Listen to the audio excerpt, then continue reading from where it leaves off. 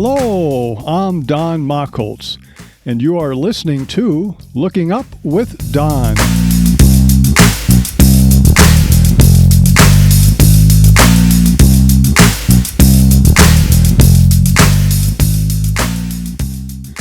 This is the Looking Up with Don podcast, episode number 21 for the week of May 27th, 2020. The related website for this podcast is donmachholz.com. That is spelled DONMACHHOLZ.com. 2 H's. What's up in the sky this week? As our week begins on Wednesday, May 27th, the moon is halfway to first quarter in the evening sky, becoming more of an influence each evening. By the end of this week, June 2nd, the moon will be bright and nearly full. Just a heads up, not for this week, but for the following week. On June 5th, the moon will be full and there will be a penumbral lunar eclipse. It will be visible from southern Europe, most of Africa, that is, Western Africa, Australia, and the Antarctica. The southern part of the moon will be covered by the outer shadow of the Earth. It's not very dazzling, but it is a subtle shading. We will discuss that more next week. You have to make an appearance early in the evening to see the planet Venus in the evening sky. It's quickly and quietly slipping in front of the sun on June 3rd. This is called an inferior conjunction, not because it's not as important, but because it's on our side of the sun. Venus is between us and the sun. Actually, it is passing just north of the sun and will not be crossing the face of the sun as seen from the Earth. The other type of conjunction is called a superior conjunction. That is when Venus or any planet passes on the opposite side of the sun from us. One more planetary alignment is called opposition. What is when we, the Earth, is between an outer planet and the sun? Then the planet is like the full moon in our sky. It rises at sunset and it sets at sunrise. It's up all night. The planet is generally closest to us that week of opposition. It's at its brightest and we have our best view of it. For Mars, this happens every 2.2 years. Opposition this year is on October 13th. For Jupiter, opposition is July 14th, and for Saturn, it is July 20th. These two planets are close together. As Venus leaves the stage, the planet Mercury takes over. It hangs out in our western evening sky all week at about magnitude 0. Slowly dimming through the week. It sets about an hour after sunset. In the morning sky, we have 3 major planets, Jupiter, Saturn, and Mars. Jupiter and Saturn rise about midnight, and Mars rises 2 hours later. If you stay up to see these objects, you'll be treated to the summer Milky Way rising in the east. I had a short stay in the hospital last week with respiratory issues. I was tested for the coronavirus and I do not have it. Instead, it is probably bronchitis or pneumonia. I'm being treated and I'm starting to do better. People appreciate seeing the International Space Station pass overhead. It's bright, it's predictable, and there's people living and working in it. When you look for the ISS, as it's often called, also look for any other vehicles leading it or following it. These cargo ships and the capsules that carry astronauts often ferry back and forth from Earth to the International Space Station and can often be seen a few minutes before or after the ISS, or sometimes very close to it. Also, I've been impressed by the images of the ISS I see on Twitter, taken by amateur astronomers as the ISS passes by. At a distance of 300 miles, the ISS still shows some details in those telescopic images. I have visually seen some shape to the ISS in a telescope with as little as 50 magnification, keeping it in the field of view. Now that's the hard part. Will you be able to see the International Space Station this week? If you live north of 50 degrees north, you'll see it in your evening sky for the first few days of the week and then none. Canada, the Netherlands, you'll have a few good nights here. Between about 30 degrees and 50 degrees north, you can find it in our evening sky, sometimes twice per night. Spain, Italy, Japan, get out in the evenings and look up. Between 20 and 30 degrees north, it will start appearing in your evening sky by the end of the week. Most of the rest of the world will not be able to see it at all this week.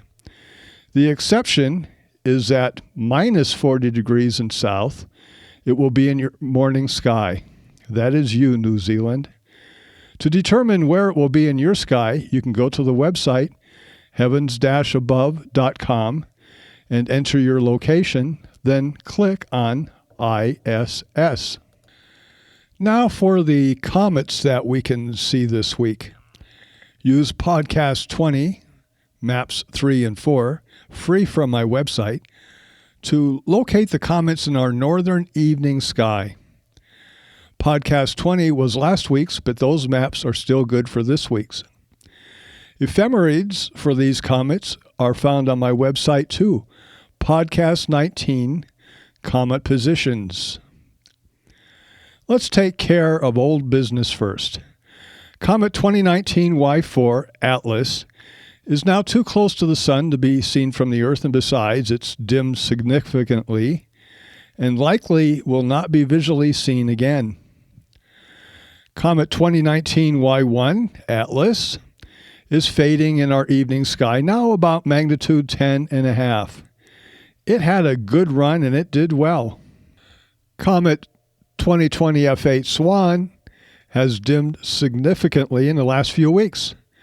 I had mentioned in one of these podcasts that we in the Northern Hemisphere would get our first view on May 7th, as the comet was rapidly moving northward in the morning sky. I picked it up on May 6th, and I've followed it since then. The problem the comet had was that it was diffuse and it lacked the bright central condensation, that is the nuclear region, and it blended in well with the background sky, making it difficult to see. Over the following weeks, it did not get better, but continued to fade. I'm having trouble seeing it these days. You can use Podcast 20 Map 3 to search for it in the evening sky. It reaches its highest point in the evening sky on June 1st, but it is dim. Comet 2017 T2 Pan-STARRS. It's still doing well, magnitude 8.5 or so, and it's in the evening sky near the bowl of the Big Dipper. It's been a steady performer this whole time. I'll be discussing great comets and what makes a great comet on next week's podcast, and some thoughts about what went wrong with comets Atlas and SWAN. Now for new business. 2 more comets will be featured in this podcast in coming weeks. One is Comet 2019 U6 Lemon, and the other is Comet 2020 F3 Neowise. Both are visible exclusively from the southern hemisphere in the evening sky. Comet Lemon is near the star Sirius, and Comet Neowise is near Orion. We'll get more into these comets next week. During the second week of August, 3 comets, Pan-STARRS, that's the one we've been following, Comet 2020 F3 Neowise, and Comet 2019 U6 Lemon, will all be bunched up within 15 degrees of each other, and on August 2nd, Comet Pan-STARRS and Lemon will be within 2 degrees of each other. All this takes place near the bright star Arcturus in the northern evening sky. We will discuss that more as we approach August. This week, we'll be looking at one of the most popular stars in the sky. It's visible from only one hemisphere. It is sometimes called the brightest star in the sky, but it isn't. I'm talking about the North Star, properly known as Polaris. Polaris can be found by using the pointers on the Big Dipper. The pointers are the two end stars in the bowl of the Dipper. They are about 5 degrees apart. Go 6 times that distance to get to Polaris. If the Big Dipper is not easily visible, then use Cassiopeia. It is also identified on Podcast 21, Map 1. Polaris is within 1 degree of true north. Our North Pole slowly migrates, and in the year 2100, it reaches its closest point to Polaris, less than 1/2 degree. So it doesn't rise and it doesn't set. Those long exposure images you see of circular star trails, that bright star you see in the center making a real tiny circle, that's Polaris. When astronomers are culminating their telescopes, testing their optics or measuring their field of view, they often use this star because it's bright and it hardly moves. Your latitude north of the equator is how high Polaris is in your sky. At the North Pole, Polaris would be overhead. On the equator, it's on your northern horizon. And if you live at, say, 35 degrees, it's 35 degrees up. It doesn't move unless you move north or south. Polaris shines at an average magnitude of 1.98, but varies between 1.86 and 2.13 every 4 days. It's a Cepheid variable 50 times larger than our Sun and 6 times the mass of our Sun. It is believed that 2,000 years ago it was a magnitude fainter. The variability of Polaris has decreased and increased even in the last few decades. Having said all that, Polaris is the 50th brightest star in the sky. Sometimes you hear people say it's the brightest star in the sky, but it isn't. The distance to Polaris is 433 light years. Polaris has 2 companions, but one of them is very close to Polaris, and at magnitude 9.2, it is not visible. The other companion is magnitude 8.7, and 18 arcseconds from Polaris. That one is visible in most telescopes. There are 2,400 astronomical units between this star and Polaris. You could fit 40 of our solar systems between these 2 stars. And by solar system, I mean everything inside the orbit of Neptune, the Sun, and all the planets. This is a star we would often show at public star parties, and it does generate a lot of interest. Everyone has heard of the North Star, and they are happy to finally be able to see it. This is one good star to learn. Our unaided eye challenge this week is to locate the North Star. Use the pointer stars in the Big Dipper, which these evenings are nearly overhead. Look up to the north. That's Polaris. Sheltered in place, it's not careless. Neither setting nor rising. Stuck above the horizon, with no place to hide when embarrassed. Our challenge with binoculars is to look at the field around it. Very pretty. With the telescope, look at Polaris and pick up the companion star, magnitude 8.7 and 18 arcseconds away. The secondary is about 250 times fainter than the primary. To sharpen our eyesight, let's try these exercises. With the unaided eye and binoculars, see how soon after sunset you can see this second magnitude star. You know where it is. It hardly moves. So some night, line it up with the top of a tree or the corner of a building roof line. Mark the spot where you are standing. The next evening in twilight, go back to that spot and start searching for Polaris. You know where it is. Now it is a matter of seeing it. You will pick it up in binoculars before you see it with the unaided eye. This exercise will help you to better find things in the twilight sky. Get really good at it.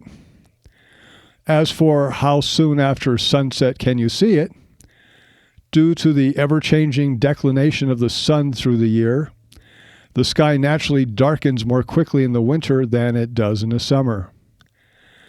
For those with telescopes, we have a slightly different challenge, seeing it in the daytime. Stars and the brighter planets can be seen in the daytime, but this is the 50th brightest star. With the telescope's limited field of view, the exact position of Polaris does matter, because in the course of a night, its slight hourly movement does make a difference and drift it out of your field of view. So its position is right ascension, 2 hours 32 minutes, declination, 89 degrees 15 minutes, meaning it is 45 arc minutes, which is about 3/4 of a degree from the true pole, and pulling toward Cassiopeia. So keep that in mind when you set up your telescope at the end of a session, so that it will be in your daylight field perhaps 12 hours later. Building a pair of big binoculars, and for this, see the photo page that's identified on my website as Podcast 21, Big Binocular Photos. Let me begin this segment by saying two things. First, I do not spend a lot of money on my hobby of astronomy. Never have, and sometimes my hobby has suffered from it. I'd rather feed the family than have some more astronomy equipment. I also learned to make a lot of things myself, as that is less expensive. Secondly, I'm not particularly good at building things. Yes, I've built telescopes, eyepieces, these binoculars, decks, bookcases, and they all worked rather well, but not something to write home about. I work best with wood. Those with a machine shop or access to metalwork could probably do much better. In early 1983, I went to the San Jose Astronomical Association swap meet held in Los Gatos, California. It is held once or twice a year where amateur astronomers bring stuff to sell. Others are there to buy. I usually do not buy anything, but I do like the event. My wife and I went, and 2 large aerial lenses were open to bid. They are war surplus. Each has 5 optics, and each lens weighs 22 pounds. The front lens is 6.1 inches in diameter, and the back lens is 4.5 inches across. They were made by Bell & Howell. The bid was $50 each. I looked them over, but for the life of me, could not figure out what I would do with these 2 lenses. I had to leave the auction before the lenses were bid upon, and that was it. In the ensuing days, I kept thinking about those 2 lenses, and the thought finally occurred to me. Could I make a pair of binoculars out of these lenses? So I called Jim Van Newland, the secretary and treasurer of the auction, to find out if they had been sold and who had bought them. He said they had not sold and that Steve Greenberg, who lived in Livermore, California, had brought them. I called Steve, and he still had them and was willing to sell them to me for $50 each. I asked if he could put them on hold for me. I then spent the next 10 days determining if I could build a pair of binoculars inexpensively with these lenses. If I could not, then this would be a no deal. Most binoculars use prisms to move the light paths closer together. That is necessary because if the binocular objectives are, for instance, 3 inches across, then the 2 parallel light paths are 3 inches apart. If your eyes are 2 inches apart, then the two beams of light need to be closer together. In most binoculars, this is done with 2 prisms for each light path. Prisms are expensive, and I would have to find another way. Diagonal mirrors are used as secondary mirrors in telescopes and can perform the same purpose as a prism. Could I possibly use them? I determined what sizes I would need and looked up the prices in astronomy parts catalogs for 4 mirrors and 4 mirror holders. It came to about $80. Now, what about the eyepieces? I wanted 2-inch diameter ones, matching, and cheap. I found some in the Edmunds catalog. They are item number 60144. They were selling for $4.50 each in their 1962 catalog, but by 1983 the price had been jacked up to $12 each. They are 30 millimeter Plassos, but identified as Kellners in the ad. They come in a brass mount 2.06 inches in diameter. Next, I had to solve this problem. How do I mount the heavy lens cells, diagonal mirrors, and eyepieces and keep them all aligned? I figured I could make a plywood box 3 feet long, 2 feet wide, and 1 foot deep. Then this. How do I mount such a box? I do not know, but I figured I could put some type of pipe mount together. I used one for the 10-inch reflector and it worked fine. All in all, I figured I could build the whole thing for $300. I asked my wife and she said, "Go ahead." We went to Steve's house and bought the lenses. One has a focal length of 913 millimeters, and the other is 921 millimeters. There's a 1% difference, and I figured I could probably work with that. I ordered the optics by sending checks to the companies.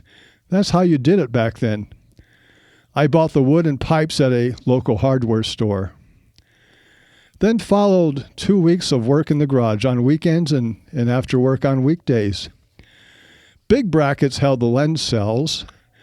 Brackets held wood blocks holding the mirror cells.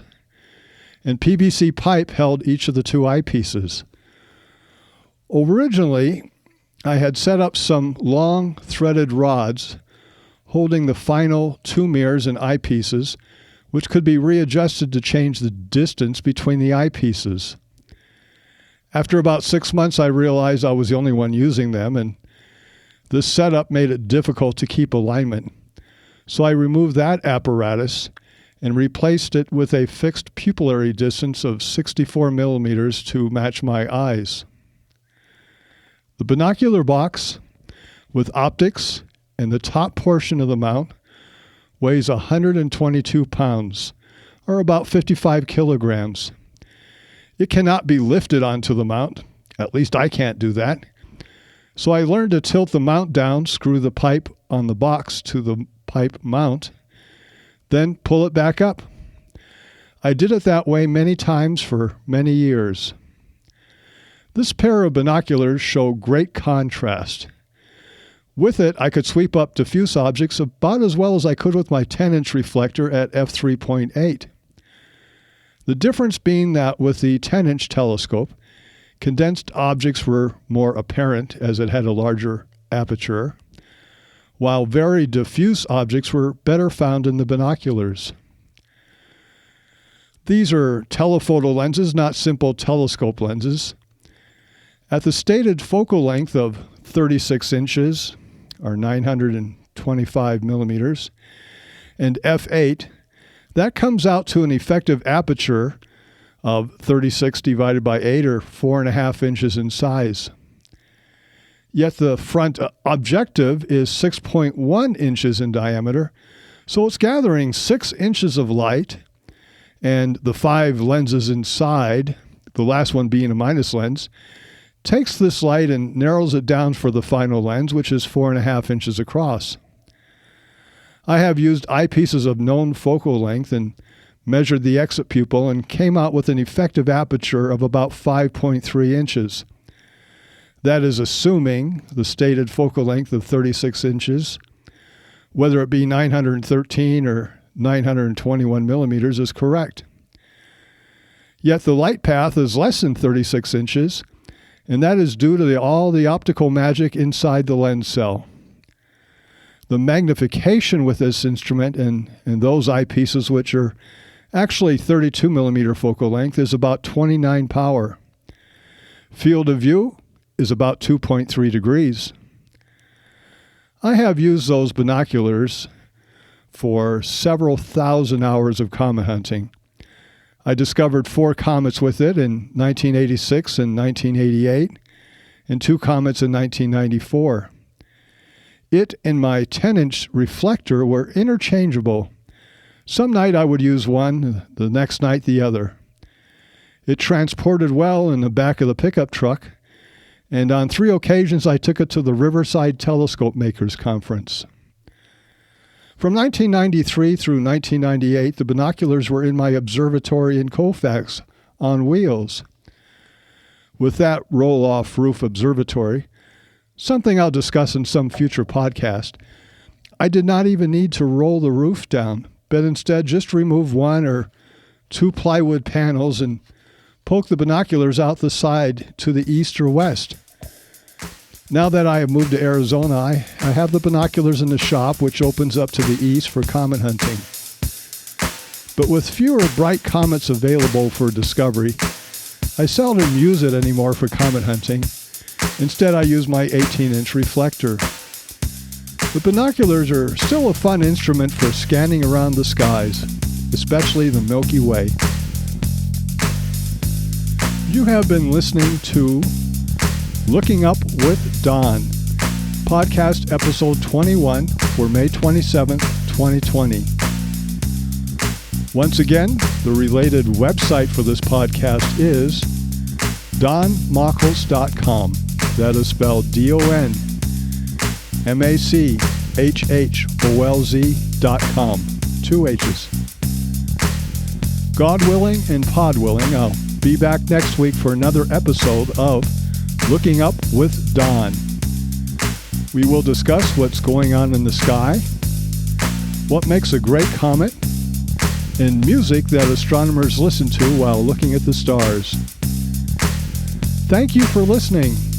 See the sky this week. I'll see you next week.